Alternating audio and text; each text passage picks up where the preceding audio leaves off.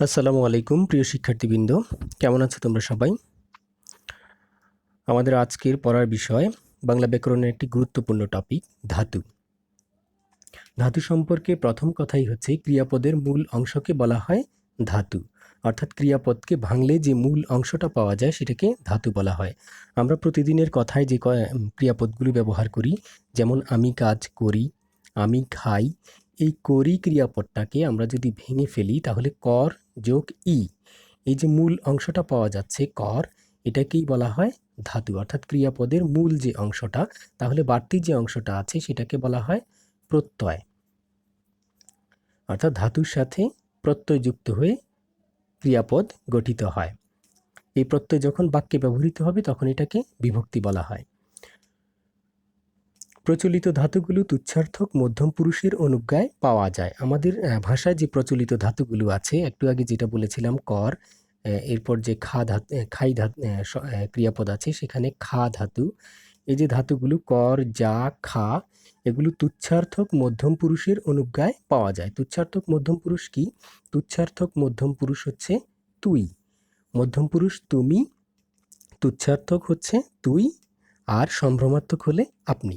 তাহলে তুই কর, তুই যা, তুই খা বললে আমরা অনুজ্ঞা করলে, আদেশ, উপদেশ, অনুরোধ, এগুলোকে অনুজ্ঞা বলা হয়, তোমরা আগেই জেনেছ। তো এরকম করে যখন আমরা বলবো তখন হচ্ছে ধাতুর রূপগুলো পাওয়া যায়। মধ্যম পুরুষের অনুজ্ঞায় ধাতুর রূপগুলো পাওয়া যায়। অর্থাৎ ধাতুর যে রূপ মধ্যম পুরুষের, তুচ্ছার্থক মধ্যম পুরুষের অনুজ্ঞার একই রূপ। ক্রিয়াপদকে ভাঙলে দুইটি অংশ পাওয়া যায়, আমরা আগেই বলেছি। এক হচ্ছে ধাতু বা ক্রিয়ামূল, দুই ক্রিয়া বিভক্তি বা প্রত্যয়। উদাহরণ করে, এই যে করে ক্রিয়াপদটা আছে কর যোগ এ, এখানে ক্রিয়াপদ হচ্ছে করে, আর কর ধাতু, এ হচ্ছে ক্রিয়া বিভক্তি প্রত্যয়, এটাকে কৃৎ প্রত্যয় বলা যাবে। কারণ হচ্ছে যেহেতু এটা ক্রিয়াপদ, তাহলে ক্রিয়াপদের সাথে যে প্রত্যয় যুক্ত হয় সেটাকে কৃৎ প্রত্যয় বলা হয়। যদি এটা নামপদ হতো তাহলে এটাকে তদ্ধিত প্রত্যয় বলা যেত। আচ্ছা, এখন আমরা ধাতুর প্রকারভেদগুলো জেনে নিব। ধাতু তিন প্রকার প্রধানত: মৌলিক ধাতু, যেটাকে আর কোনো অংশে ভাঙা যায় না; সাধিত ধাতু, যেটা হচ্ছে মৌলিক ধাতুর সাথে অন্য একটা প্রত্যয়যুক্ত হয়ে গঠিত হয়; যৌগিক বা সংযোগমূলক ধাতু, অন্য একটা শব্দের সাথে মৌলিক ধাতু মিলে যে ধাতুটা হয় সেটাকে যৌগিক বা সংযোগমূলক ধাতু বলা হয়। আমরা এখন মৌলিক ধাতুটা পড়ব। মৌলিক ধাতু তিন প্রকার। মৌলিক ধাতু মোট তিন প্রকার: সংস্কৃত, বাংলা, বিদেশাগত। এখানে আমি প্রথমেই বলে নিচ্ছি, সংস্কৃত ধাতুগুলো যেগুলো আমরা সাধারণত তুচ্ছার্থক, একটু আগে যেটা বলেছি, তুচ্ছার্থক মধ্যম পুরুষের অনুজ্ঞায় পাওয়া যায় না, যেমন অঙ্ক, ক্রি, ক্রন্দ, শ্রু, হস। এই ধাতুগুলোর রূপ আমরা বাংলা ভাষায় সরাসরি ব্যবহার করতে পারি না। এখানে বাংলা ধাতুগুলো যেভাবে পারি, যেমন অঙ্ক থেকে আক, ক্রি থেকে কর, ক্রন্দ কাদ, শ্রু শুন, হস হাস।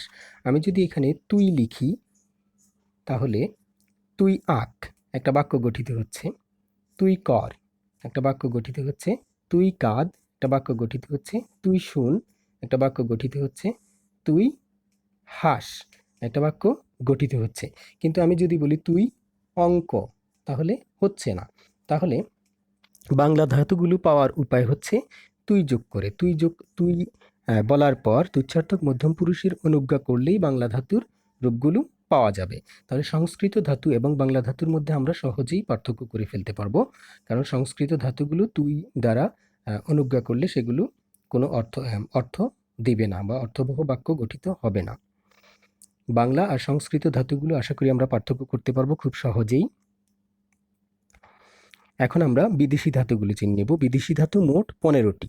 বাংলা এবং সংস্কৃত ধাতু যেহেতু অনেক বেশি, তাই এগুলো আমরা সংখ্যা নির্ধারিত করতে পারেননি ব্যাকরণবিদগণ, কিন্তু বিদেশাগত ধাতু সামান্য কয়েকটি ছিল, তাই 15টি নির্ধারণ করা গেছে। এগুলোকে আমরা একটা কবিতার মাধ্যমে মনে রাখব। অধিকাংশই এগুলো হিন্দি ভাষা থেকে আগত, এটা আমাদেরকে মনে রাখতে হবে। অধিকাংশই হিন্দি এবং কিছু কিছু আরবি এবং ফার্সি, খুব বেশি নয়, বেশি হচ্ছে হিন্দি ভাষা থেকে এগুলো এসেছে।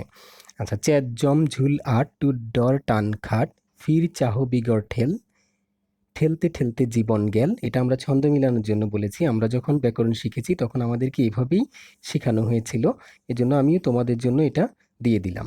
এটা কিন্তু ধাতুর রূপের মধ্যে পড়ে না, এগুলো সবগুলোর নিচেই হর্ষ চিহ্ন হবে, কারণ এগুলো থেমে যায়। চ্যাজম ঝুল আট টুড্ডর টানখাট ফির চাহ বিগর ঠেল ঠেলতে ঠেলতে জীবন গেল ঝুল ডাক লটকে থাক। এখানে আরও তিনটে আমরা পেয়ে গেছি, ঝুল ঢাক লটক, এটা হবে লটক।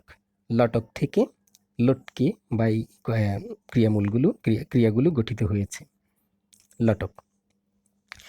প্রিয় শিক্ষার্থী, আশা করি তোমরা মৌলিক ধাতুর যে তিনটা প্রকারভেদ এগুলো তোমরা বুঝতে পেরেছ।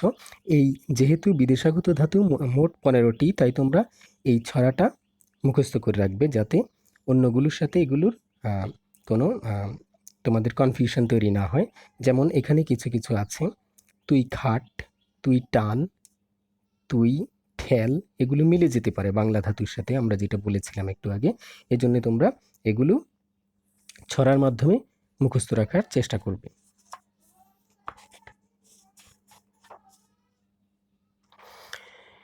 এছাড়া আমরা বলে নিই একটু, তোমাদের বইতে একটা ধাতু দেওয়া আছে মাগ ধাতু।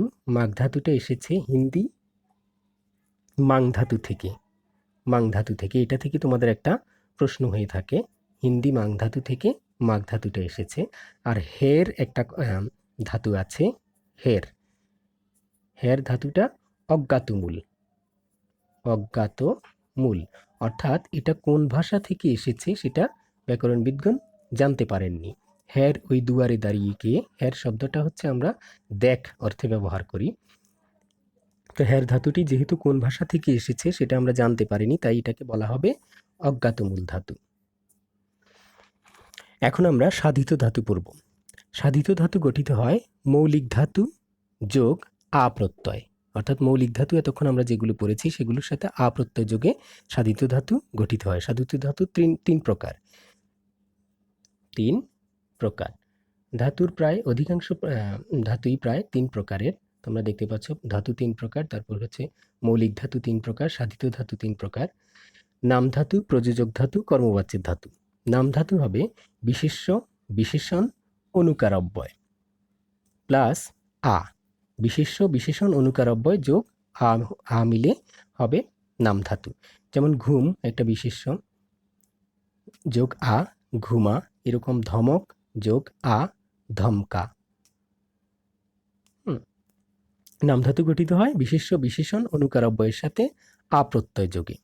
অনুকার অব্যয় কোনো শব্দ বা ধ্বনির অনুকরণ করে যে অব্যয় শব্দগুলো গঠিত হয় সেগুলোকে অনুকার অব্যয় বলা হয়। প্রযোজক ধাতু, প্রযোজক তোমরা আগেই জানো, প্রযোজক মানে অন্যকে দিয়ে কাজ করানো বোঝায়।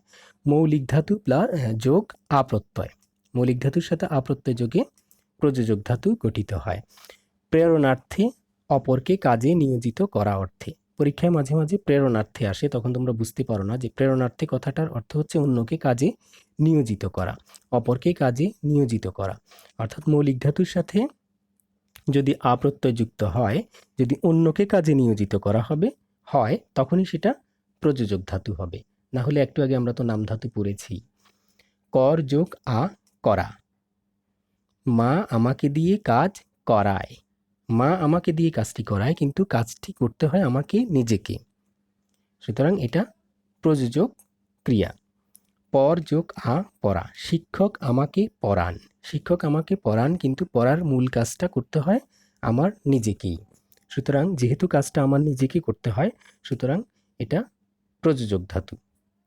অর্থাৎ একজন অন্যকে দিয়ে যখন কাজটি করাবে তখনই সেটা প্রযোজক ধাতু হবে।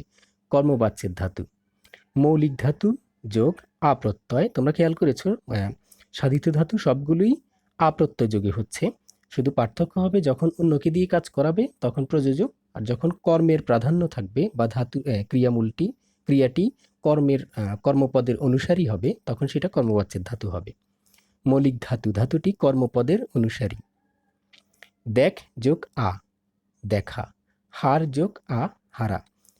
কাজটি ভালো দেখায় না, কি ভালো দেখায় না, কাজটি। তাহলে কি দ্বারা প্রশ্ন করলে, আমরা আগেই জেনেছি যে কি দ্বারা প্রশ্ন করলে যে উত্তর পাওয়া যায় সেটাকে কর্মপদ বলে। যারা কারক পড়েছ তারা হয়তো আগে থেকেই জানো, যারা জানো না তাদেরকে এখন বলছি। কি দ্বারা প্রশ্ন করলে, কি এবং কাকে দ্বারা প্রশ্ন করলে কর্মপদ পাওয়া যায়। তাহলে কি ভালো দেখায় না, কাজটি ভালো দেখায় না। এই কর্মপদের অনুসারী হয়েছে এখানে ক্রিয়াপদ। সুতরাং এই ক্রিয়াটি যে ধাতু থেকে এই ক্রিয়াটি গঠিত হয়েছে সেই ধাতুটাকে আমরা বলবো কর্মবাচ্যের ধাতু, যেহেতু এটা কর্মের পদের অনুসারী হয়েছে। যা কিছু হারায় গিন্নি বলেন কেষ্টা বেটাই চোর। এই যে হারায়, হারায় ক্রিয়াটা কর্মপদের অনুসারী, এই জন্য এটাকে কর্মবাচ্যের ধাতু বলা হয়েছে। কি হারায়, যা কিছু হারায়। তাহলে এই কর্মপদের অনুসারী হয়েছে হারায় ক্রিয়াপদটা, এই জন্য হারায়টা কর্মবাচ্যের ধাতু। হার ধাতু থেকে হারায় হয়েছে। এখন আমরা দেখব যৌগিক বা সংযোগমূলক ধাতু। যৌগিক কথাটার মধ্যেই এটার মূল অর্থটা রয়েছে। যৌগিক বা সংযোগমূলক, দুইটা যখন একসাথে যুক্ত হবে তখন সেটাকে যৌগিক বা সংযোগমূলক বলা হয়। বিশেষ্য, বিশেষণ, ধনাত্মক অব্যয় যোগ মৌলিক ধাতু। মৌলিক ধাতু কোনগুলো হবে? কর, দে, পা, খা, ছাড় ইত্যাদি যে ধাতুগুলো আছে সেগুলো যোগে যৌগিক বা সংযোগমূলক ধাতু গঠিত হবে। যেমন ভয়, কর, এই করটা একটা মৌলিক ধাতু। ভয় একটা শব্দ যুক্ত হয়েছে, বিশেষ্য শব্দ, যেটা যোগে একটা যৌগিক ধাতু গঠিত, যৌগিক বা সংযোগমূলক ধাতু গঠিত হয়েছে। ভালো, কর, ভালো বিশেষণ, বিশেষণ যোগে গঠিত হয়েছে। বন, বন কর, বন বন হচ্ছে একটা অনুকার শব্দ, ঘেউ ঘেউ একটা অনুকার শব্দ। এরকম অনুকার বা ধনাত্মক শব্দগুলোর সাথে যখন গঠিত হবে তখন সেটাকে অনুকার অব্যয় বলা হবে। বন বন কর, এখানে অনুকার অব্যয় যুগে সংযোগমূলক ধাতু গঠিত হয়েছে। প্রিয় শিক্ষার্থীবৃন্দ, আশা করি তোমরা ধাতুর যে প্রকারভেদগুলো সেগুলো খুব স্পষ্টভাবে বুঝতে পেরেছ। সবাইকে ধন্যবাদ।